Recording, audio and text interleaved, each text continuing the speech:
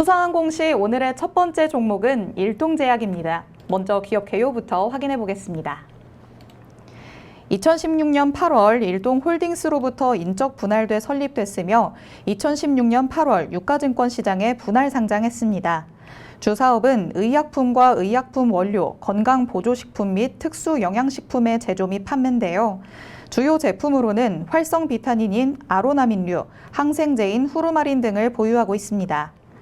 2022년 1분기 기준 매출액의 약 17%에 해당하는 270억 원을 연구개발비로 지출하고 있고 안질환 치료제, 당뇨병 치료제 등 신약을 개발 중입니다. 최근 실적 확인해 보겠습니다. 2021년 연결 기준 매출액 5,601억 원, 영업손실 555억 원, 당기순손실 1,009억 원을 기록했는데요. 매출액은 전년 동기 대비 0.3% 감소했고 영업손실을 기록하며 적자 전환했으며 당기순손실은 675% 증가했습니다. 회사 측은 연구개발비 증가로 인한 이익 감소와 파생상품 평가 손실 반영으로 당기순손실이 증가했다고 밝혔습니다. 네, 이렇게 일동제약의 기업 개요 확인해 보셨습니다. 대표님 어떤 공시인가요? 네, 일동제약 두 개의 공시가 있었어요. 최근에 투자 판단 관련 주요 경영사항인데 차근차근 좀 먼저 보도록 하겠습니다. 투자 판단 주요 경영사항입니다. 투자자들에게 회사의 어떤 경영 판단의 요소들을 공시를 하게 되는데, 자, 이 부분이 뭐 과거에는 의무 공시다. 자, 이 부분에 대해서 의무 공시를 각 업종별로 다 적용하기 좀 힘든. 그래서 이제 제약 바이오 섹터의 경우에 투자 판단 관련 주요 경영사항들, 임상 관련된 새로운 사실이 있을 경우에 공시를 하는, 자, 이런 공시 문안들이 투자 판단 관련 주요 경영사항으로 좀 공시가 되곤 합니다. 제목 보도록 하겠습니다.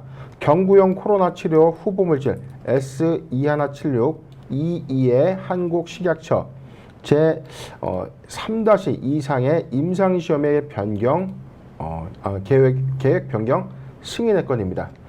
지금 뭐냐면 먹는 코로나 치료제입니다. 먹는 코로나 치료제 후보 물질에 대해서 식약처의 임상시험의 계획을 변경해서 신청을 했었고 이게 최종 승인이 됐다는 뜻입니다.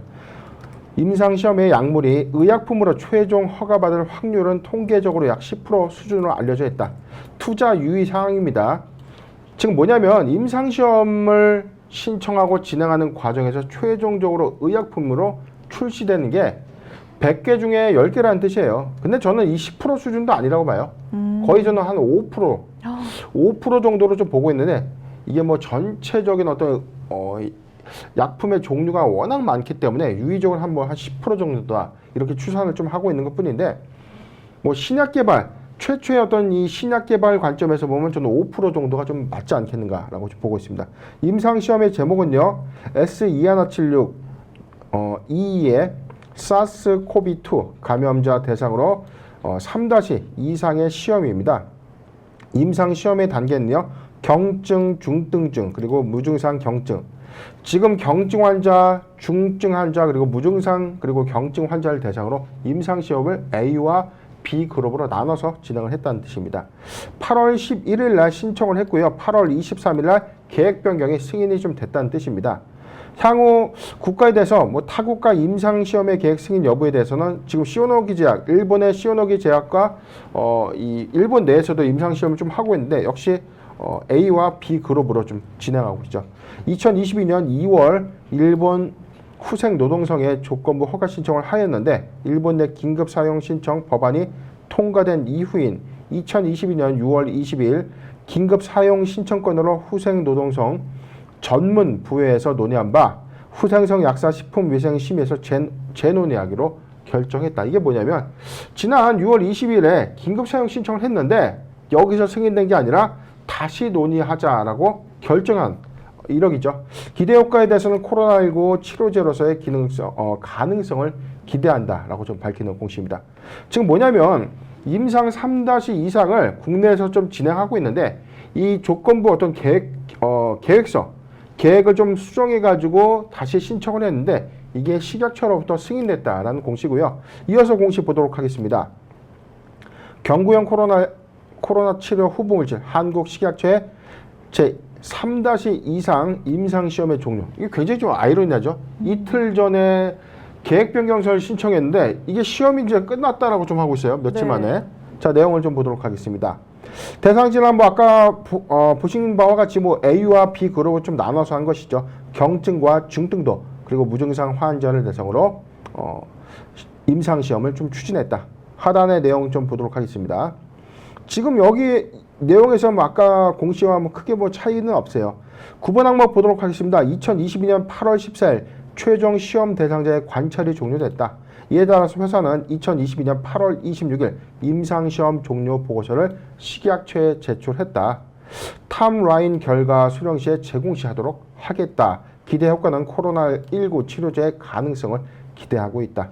지금 내용을 보면 굉장히 좀 뭔가 좀 어렵고 좀 복잡한 내용인데 간단하고 쉽게 지난 공시는 코로나19의 임상 3- 이상 시험을 하고 있었는데 어떤 세부 사항들 환자의 수가 과거처럼 코로나19 확진세가 좀 많이 감소하다 보니까 환자를 많이 구하기가 어려웠다는 것이죠.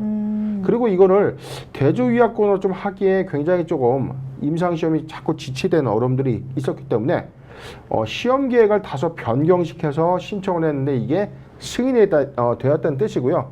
이거는 승인된 결과를 갖고 임상시험을 최종적으로 좀 종료했다. 그래서 지금 식약처에 관련된 이 내용들을 신청했는데 임상시험 종료 보고서를 식약처에 제출했고 탑라인 결과 수령 시 재공시하도록 하겠다. 여기서 효과가 정말 탁월합니다. 어떤 효과가 있었고 얼마만큼의 임상 유효성이 있었다. 자, 이런 긍정적인 내용들이 좀 나와진다면 일본에서도 이 긴급 사용 이 신청이 허가될 가능성이 좀 큰데 반대로 여기서 유의적인 결론을 도출하지 못했다. 자, 이 부분은 임상시험에 실패했다라고 봐야 되는 공시입니다. 즉, 공은 종료 보고서를 넘겼기 때문에 식약처에서 최종적으로 이 보고서를 기점으로 다시금 어떤 결론체를 좀 발표하게 될 텐데 글쎄요, 이게 회사 측에서 자신감이 좀 더 있었다면 언론을 통해서 상당히 좀 많은 어떤 보고서에 대한 어떤 긍정적인 측면들 좀 나왔을 텐데 조금 살짝 좀 리스크해요. 이게 긴가민가가 아니라 뭔가 조금 큰 유의적인 어떤 결론이 네. 도출되지 못한 것은 아닌가 하는 그런 우려감이 저는 살짝 이 공시 내용을 보면 좀 그런 생각이 좀 들거든요. 네. 물론 탑라인은 어떤 결과에 따라서 결과는 좀 바뀔 수 있다. 이 점도 좀 매우 중요한 부분이지만 리스크 소방관 점에서는 이런 점도 좀 잘 참고하는 것이 맞지 않겠는가 판단을 해봤습니다. 네, 일동제약이 일본 제약사인 시오노기와 함께 개발하는 먹는 코로나 치료제 조코바의 임상시험을 종료했습니다. 대표님께서는 뉴스 보도 기사가 많이 나왔다면 유의적인 결론이 도출이 됐을 가능성이 크지만 그렇지 않은 걸 보니까 약간은 리스크할 수도 있겠다라는 답변을 해주셨는데요. 그리고 최종 허가를 기대하기에는 공시에 기재된 것처럼 이 최종 허가 확률이 10%다라고 되어 있습니다. 굉장히 기대감을 갖기엔 좀 낮은 확률 아닐까요? 일단 임상시험 자체가 굉장히 이 시판 허가에 대한 어떤 기대감을 수반하기는 어려운데 이 약물이 이미 시판되고 있는 약 안에서 코로나19의 어떤 효과가 있는가? 자, 여기서 다시금 임상시험을 했다는 것이죠. 조코바는 일단 지금 시판되고 있는 약물은 맞아요. 그래서 지금 최근에 코로나19 치료제를 좀 개발했던 임상시험을 추진하고 있는 회사들이 대부분 자체 자체 파이프라인 이미 시판 허가가 좀 이루어져서 복용되고 있는 이런 약물들을 지금 코로나19 환자들을 대상으로 임상시험을 다시 하게 되는 것이죠. 뭐 신풍제약 같은 경우는 뭐 피라맥스전 같은 이 말라리아 치료제죠. 이런 치료제를 코로나19 환자들에게 임상시험을 좀 진행을 했었고 이에 따라 유의적인 결론이 아직까지 나타내지지 않은 그런 상태였고 일동제 역시 지금 시오노기사가 지금 개발한 이 조코바입니다. 조코바라는 이 파이프라인이 지금 코로나19 치료제로서의 어떤 사용 이후의 효과 또는 뭐 환자가 이에 대한 어떤 이 경증이나 중증도가 좀 낮아졌는가. 자, 이런 것들을 좀 임상시험을 좀 했는데 아직까지 좀 명쾌한 답변을 좀 얻고 있지는 못하죠. 임상 이상에서의 어떤 유의적인 어떤 임상시험 결과가 있었지만 일본 자체에서도 이것만 갖고는 긴급 사용 승인하기는 굉장히 어렵다. 그래서 9월 달에 결과를 보고 우리가 판단해 볼게. 이게 최근의 입장이었어요. 이 발표가 나가고 나자마자 일동제약이 하한가 맞았는데 최근에 이 투자 판단 관련된 사항에서는 임상 종료 보고서를 올렸지만 여기서도 정확한 유의적인 결론에 도출을 했는지 이 부분 회사가 좀 잘 알고 있을 텐데 아직 언론을 통해서 적극적으로 홍보하지 않는 그런 부분들은 조금 다소 좀 리스크함을 좀 나타내주는 것 아닌가라는 판단이 좀 들어봤습니다. 네, 대표님께서 말씀을 하신 것처럼 일동제약은 당초에 7월까지였던 임상 3.3 실시 기간을 9월까지로 늘렸습니다. 일본에서는 조코바의 긴급 사용 승인 결정을 보류하면서 또 이 일동제약의 주가가 하한가를 기록하기도 했는데요. 그렇다면 기간도 늘리고 또 승인이 보류가 됐던 이 배경에는 뭔가 유의미한 결론이 나오지 않아서라고 봐야 되는 건가요? 냉정하게는 지난 제가 일동제약의 경우에도 공시 메이트 시간에서도 한번 다뤘지만 냉정하게 정말 유의적인 결론 도출 먹었는데 효과가 있었으면 긴급 사용 신청을 했어야죠. 왜? 이게 중증 환자들의 경우에 선택지가 없잖아요. 네. 효과가 있다면 먹고 이게 도움이 된다면 얼마나 좋은 일입니까? 그런데 임상 이상의 결론치만 갖고 시오노기 제약 입장에서도 이것만 갖고는 긴급 사용을 하기에는 굉장히 좀 리스크하다. 이게 팩트라는 겁니다.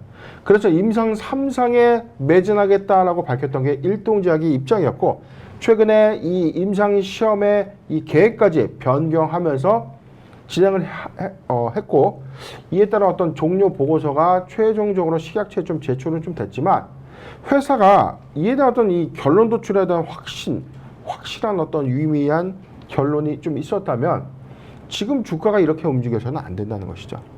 아마도 지금 효과가 없었다. 이 관점보다는 임상 이상에서의 어떤 수준, 여기서 더 크게 무언가 유의미한 어떤 결론을 도출하지 못할 가능성이 좀 크지 않겠는가라고 좀 조심스럽게 전망하고 있는 대목입니다. 네, 유의미한 결론 도출이라는 정말 큰 숙제를 떠안고 있는 일동제약입니다. 코로나가 재유행하면서 이 먹는 코로나 치료제 개발로 상당한 주목을 받아왔었는데요. 하지만 많은 분들이 아시다시피 이제는 코로나19가 엔데믹으로서의 전환을 발돋움을 하고 있고 또 임상도 이제는 종료된 상황에서 앞으로는 우리가 어떻게 지켜봐야 되는지 모르겠네요. 그렇죠. 냉정하게 회사의 향후, 만약에 이 조코바가 정말로 출시가 됐어요. 긴급 사용 승인이 되고 실질적으로 이 사용 신청 허가가 돼서 의약품으로서 유통을 한다. 그렇다면은 우리가 코로나19의 확산세가 좀 상당하고 이에 따라서 치료제에서의 어떤 역할들이 좀 잘한다면 물론 2020년도와 2021년도 1분기까지의 확산세보다는 지금 많이 감소된 것은 맞지만 이런 치료제가 지금 유통된다고 해서 얼마만큼의 일동제약에 상당한 실적으로 좀 반영될 것인가? 이 부분은 우리가 좀 고민을 좀 해봐야 되는 것이죠. 최근에 SK 바이오사이언스가 국내 백신 1호를 이미 임상시험을 통해서 시판 허가가 좀 되고 있습니다. 그런데 판매율 관점에서 이게 많은 부분의 백신의 어떤 실질적인 어떤 접종이 좀 이루어지고 있는가? 우리 국민들 중에서 SK 바이오사이언스 백신 맞아본 사람이 아마 없을걸요. 네. 이게 해외에서의 어떤 유통량을 좀 더 크게 가져간다. 이 부분까지는 좀 개발도상국이라든가 다소 좀 접종률이 좀 많이 떨어지는 어떤 국가에서는 선택지가 좀 될 수 있겠지만 반면에 코로나19 치료제 관점에서도 지금 확산세를 좀 가져가는 것이 맞지만 지금 시판이 된다고 해서 얼마만큼 경제적 실익이 좀 있을까? 이 부분도 굉장히 중요한 관건입니다. 만약에 국내에서 긴급 사용 승인이 되고 일본에서 사용 승인이 된다면 일본과 한국에서는 쓸 수 있지만 미국이나 기타 제3국에서 사용하려면 다시금 사용 승인이나 시판 허가를 좀 받아야 되는 절차들이 좀 있기 때문에 이 기간도 상당하다는 점, 이 점을 잘 참고를 해야 될 것 같습니다. 차트 좀 이어서 볼 텐데요. 제가 항상 강조드렸던 부분이에요. 지금 바로 주가의 상태죠. 14,000원짜리 14,000원, 14,500원대에 형성되어 있던 주가 라인. 10,000원에서 14,000원이에요. 냉정하게 보면 요 구간이죠. 요 줄 안에서 뭐가 올랐느냐? 여기서 코로나19 치료제 나온다. 이 기대감만 갖고 주가 올랐어요. 그런데 지금 상태 어떠냐? 상승폭을 다 반납했는데 아직 갭차는 있죠. 이만큼의 갭차가 있습니다. 10,000원, 15,000원 구간보다 지금 바닥권이 27,000원이니까 여기서 더 빠지면 어떡합니까? 차익분만큼 차익 실현이 됐던 부분들, 차익분 밑에서 올라간 만큼 이분들이 아직도 차익 실현을 좀 안 했을까? 손바뀜이 상당하다는 관점. 즉 지금 다 소위 냉정하게는 물려있는 사람들 투성이에요. 네. 자, 이런 종목들 군 안에서 코로나19 치료제 관련된 이 모멘텀 다시금 좀 부각이 좀 되면서 임상시험에 어떤 결과, 자, 이 부분이죠. 자, 이 부분이 자 다시금 기대감을 좀 작용을 했어요. 다시금 코로나19 치료제가 일본에서 긴급 사용 허가 받을 수 있다, 이 기대감이 반영이 됐지만 한가 같지 않습니까 여기? 자, 이 부분은 뭐냐? 기대감을 갖고 주식을 사지만 결국에 퍼포먼스가 없다, 실적을 수반하지 않거나 유의적인 결론 도출이 없다면 올라간 만큼 토해내야 되는 것이 맞다. 자, 이 구간이 굉장히 좀 아슬아슬한 구간이에요. 지금 34,000원 구간인데 만약에 우리 임상 3상에서 유의적 결론을 도출하지 못했다, 냉정하게는 25,000원대까지 내려갈 수 있는 어떤 시그널입니다. 자, 이 부분은 우리가 좀 냉정하게 좀 판단을 좀 해야 되고요. 지금은 임상 관련된 모멘텀이 추세 전환의 시점으로도 작용될 수 있지만 반대로 임상 실패는 추가적인 이 하락도 배제할 수 없다. 신규적 매수 관점은 굉장히 좀 리스크하다는 점. 보유자 관점에서 영역은 34,000원이 이탈된다면 비중을 줄이시길 권고드리겠습니다. 네, 현재 많은 코로나19 관련 제약 바이오주들이 그렇듯이 코로나19에서 벗어난 신약 파이프라인 개발에 조금 더 힘을 쏟아야 하지 않을까라는 생각이 드는 일동제약입니다. 현재 많은 분들이 고통스러워하고 계실 것 같은 주가의 흐름 보이고 있는데요. 보유자 관점에서는 34,000원을 이탈하게 된다면 25,000원까지도 밀릴 가능성이 있다라고 하십니다. 만약에 34,000원을 이탈하게 된다면 비중을 축소해 가시는 걸 권고한다라는 말씀해 주셨고요. 신규 매수적 관점에서는 타점을 제시해 주지 않으셨습니다. 여러분이 투자 전략 세우시는 데 참고하시기 바랍니다. 이렇게 첫 번째 종목이었던 일동제약 만나봤습니다. 이어서 살펴볼 수상한 공시, 오늘의 두 번째 종목은 비덴트입니다. 먼저 기업 개요부터 확인해 보겠습니다. 2002년 3월에 설립돼서 2011년 12월 코스닥 시장에 상장했습니다. 주 사업은 HD 디지털 방송용 디스플레이의 개발, 제조 및 판매인데요. 창사 이래 디지털 방송과 전문가용 비디오 장비를 공급하며 TV로직 아메리카와 넥스토디아이 두 개 회사를 연결 대상 종속 회사로 보유하고 있습니다. 비덴트는 2017년 2월 빗썸코리아 지분 10.2%를 취득했고 3월 빗썸홀딩스 지분 34.2%를 취득했습니다. 1분기 보고서를 기준으로 자산가액은 빗썸코리아 1,460억 원, 빗썸홀딩스 3,664억 원을 기록했습니다. 최근 실적 살펴보겠습니다. 2021년 개별 기준 매출액 176억 원, 영업이익 7억 7천만 원, 당기순이익 2,242억 원을 기록했는데요. 매출액은 전년 동기 대비 65.1% 증가했고 영업이익을 기록하며 흑자 전환했으며 당기순이익은 971% 증가했습니다. 회사 측은 코로나19로 침체됐던 해외 시장 수주 증가로 매출액이 증가했으며 내부 손익구조의 개선과 관계기업의 실적 호조로 순이익이 증가했다고 밝혔습니다. 네, 이렇게 비덴트의 기업 개요 확인해 보셨습니다. 대표님, 어떤 공시인가요? 네, 지난주 금요일이었습니다. 회사 두 가지 공시가 좀 있었는데 먼저 8월 26일부터 8월 25일자 공시부터 보도록 하죠. 회사 탑업인 주식, 탑업인 빗썸코리아 그리고 빗썸홀딩스의 출자증권의 처분 추진설에 관련된 조회 공시 요구가 있었는데 이에 대한 재공시 답변입니다. 내용 보도록 하겠습니다. 미국의 가상화폐 거래소 FTX가 한국의 코인 거래소 빗썸 인수를 추진 중이라는 이 블룸버그 그리고 국내 언론 보도와 관련돼서 FTX 측과 빗썸코리아 그리고 빗썸홀딩스의 출자증권의 처분을 위한 접촉 및 협의를 한 사실이 있다. 다만 이는 진행 중인 사안으로 현재까지 매각 조건이나 일정 등의 구체적인 내용은 정해진 바가 없어서 구체적인 내용을 언급할 수는 없다. 당사는 공동 매각 또는 우선 매수권 행사를 해서 인수 또는 공동 경영의 모든 가능성을 두고 검토 중에 있습니다. 향후 3개월 이내 또는 추후 처분에 관련된 구체적인 사항이 결정된 시점에 재공시하도록 하겠습니다. 재공시 기한이 통상적으로 1개월 단위라고 좀 얘기를 했었죠. 그런데 최근 본건과 관련돼서 3개월이라고 해놓고 재공시 기한을 다음 달로 또 다음 달 그러니까 11월 24일이죠. 조회공시의 요구의 제공시일은 1개월 단위로 연장할 수 있는데 어떤 협의의 과정들, 특수한 사항들에 관련돼서 뭐 거래소의 어떤 이 협의를 통해서 최장 3개월 단위로 이 제공시 기한을 좀 연장할 수가 있습니다.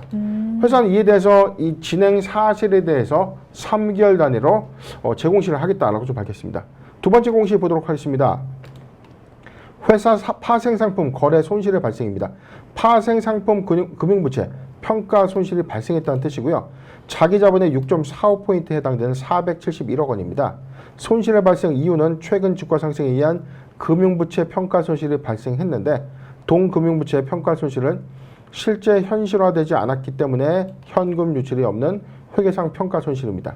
지난 시간에 이 기업공시 연구소에서도 제가 공부합시다 땡땡 해가지고 좀 한번 알려드렸는데 간단하게 이 공시 나오면 이렇게 보면 됩니다. 즉 뭐냐면 파생상품 거래 손실은 회사가 전환사채나 CB, 전환사채를 CB라고 하고요. 신주 인수거래사채를 BW라고 하죠. 이 두 가지 사채를 발행했어요. 발행을 했는데 발행 단가가 발행 시점에 1,000원이었어요. 그런데 갑자기 더 쉽게 가죠. 자, 1,000원에 뭐 8월, 뭐 오늘 8월 29일이니까 8월 29일에 주당 1,000원짜리 전환사채를 100억 발행했어요. 그런데 12월 31일 연말 평가 시점에 보니까 주가가 한 2,000원 올라갔습니다. 그러다 주당 이 사람이 전환 차익이 약 1,000원 정도 차익이 발생된 거죠, 주당. 네. 자, 이 오른 만큼을 전환 예정 주식수랑 곱합니다. 이 금액을 평가 손실로 좀 잡게 되는 거예요. 말이 안 되는 거죠. 아니 회사가 갚아버리거나 주식으로 전환되면 깨끗하게 아무것도 없어지는 문제인데 네. 이게 옵션의 거래다. 이게 파생이라는 게 풋옵션이라든가 콜옵션 등의 어떤 옵션 조항이 있거나 리픽싱, 시가를 조정하는 이 변종 발행 형태 안에서 시가, 가격을 조정하는 어떤 이런 조항들이 있으면 이걸 파생 상품이라고 인식을 해요. 그런데 여기 한 가지 힌트가 있습니다. 전환사채, 신주인수거래사채 안에서 주식의 변동을 초래하지 않는 옵션이 전혀 없다. 그럼 여기에 해당이 없습니다. 즉 옵션에 따른 사항들, 거래 유형에 따라서 가격의 어떤 조정 요건들이 계약서에 명시가 되는 이런 이 사채 발행 계약 조건에 따라서 파생 상품으로 좀 인식을 하기 때문에 평가 시점이죠. 6월 말, 뭐 12월 말, 그러니까 분기 말, 뭐 3월 말, 6월 말, 9월 말, 그리고 12월 말. 자, 이렇게 네 차례에 걸쳐서 파생 상품을 좀 평가하게 되고요. 이게 이 발행된 예정 가액보다 주가가 상당히 높아질 경우에 이 올라간 그 갭만큼 손실로 잡는다. 반대로 이렇게 파생 상품 거래 손실 471억이 됐는데 반대로 12월 말자에 비덴트가 주가가 쭉 빠져요. 그래서 전환가액보다 다운되면 평가 이익이 잡혀버립니다. 그럼 장사를 매우 잘한 것인가? 그것도 아니죠. 네. 가상의 이익이 잡혀진다. 이렇게 잘 이해를 하시면 되겠습니다. 네, 비덴트의 파생 상품 거래 손실 발생 공시입니다. 이 공시 내용에 대해서는 지난 방송에서도 한번 다뤄봤기 때문에 지금 시청자분들도 기억이 난다라고 하시는데요. 이렇게 실질적인 손해라기보다는 장부상의, 회계상의 손실로 보시면 될 것 같습니다. 그리고 반기보고서 미제출로 인해서 지정됐던 관리 종목에서 벗어났다. 이 공시 내용도 한번 같이 확인을 해봐야겠죠. 네, 비덴트 공시 보도록 하겠습니다. 8월 26일에 했습니다. 소속부가 변경이 됐는데 관리 종목에서 벤처 기업부, 벤처 수시 요건의 충족 인증 자격이 취득인데 갑자기 인증 자격을 취득한 것인가? 자, 그게 아니라 반기 보고서의 지연 제출로 반기 보고서가 하루라도 늦으면 관리 종목이 지정이 되죠. 네. 그래서 최종적으로 회사가 반기 보고서를 8월 26일에 늦었지만 제출을 했습니다. 내용을 봐야겠죠. 반기 검토 보고서상의 의견이 굉장히 좀 중요할 텐데 자, 검토 의견입니다. 본인의 검토 결과 상기, 반기 재무제표. 자, 중요성의 관점에서 공정하게 표시하지 않은 사항이 발견되지 아니었습니다. 자, 이런 용어도 굉장히 어려워요. 공정하게 표시하지 않은 사항이 발견됐다. 쉽게 재무제표에 이상이 없습니다. 이렇게 간단하게 좀 작성하면 안 될까요? 네. 자, 우리 회계사님들이 좀 왜 이렇게 이걸 빌빌 꼬여서 이제 이야기를 하는지 모르겠는데, 즉 의견 거절이 아니라 적정. 자, 재무제표에 문제가 없었다라는 어떤 이 반기 검토 보고서를 좀 수정하게 됐고요. 이에 따라서 회사가 반기 보고서 제출 이후에 관리 종목 지정해서 관리 종목이 지정 해제되는 공시다라고 이해를 하시면 되겠습니다. 네, 반기 보고서가 미제출됐었던 상황인데요. 그래도 단순히 자료 변동사항에 착오가 있어서 제출이 늦어졌다라고 공시를 했습니다. 이 부분에 대해서는 이제 관리 종목에서 벗어났다는 점 체크해 보시면 좋을 것 같고요. 이제 비덴트 현재 두 가지의 이슈가 있죠. 많은 분들이 다 알고 계실 것 같습니다. 빗썸홀딩스 소유 주권에 대한 가압류, 그리고 이에 따라서 FTX로의 매각이 이루어질 것인지 이 두 가지를 눈여겨보고 있는 상황인데요. 가압류에 대해서는 이제 이의 신청 을 준비를 한다고요? 네, 자, 굉장히 좀 중요한 포인트에 비덴트의 입장에서는 지금 굉장히 중요한 이 주가의 기로에 좀 서 있는 것이죠. 지금 뭐냐면 리스크는 해소됐다. 즉 주식을 사도 괜찮다는 겁니다.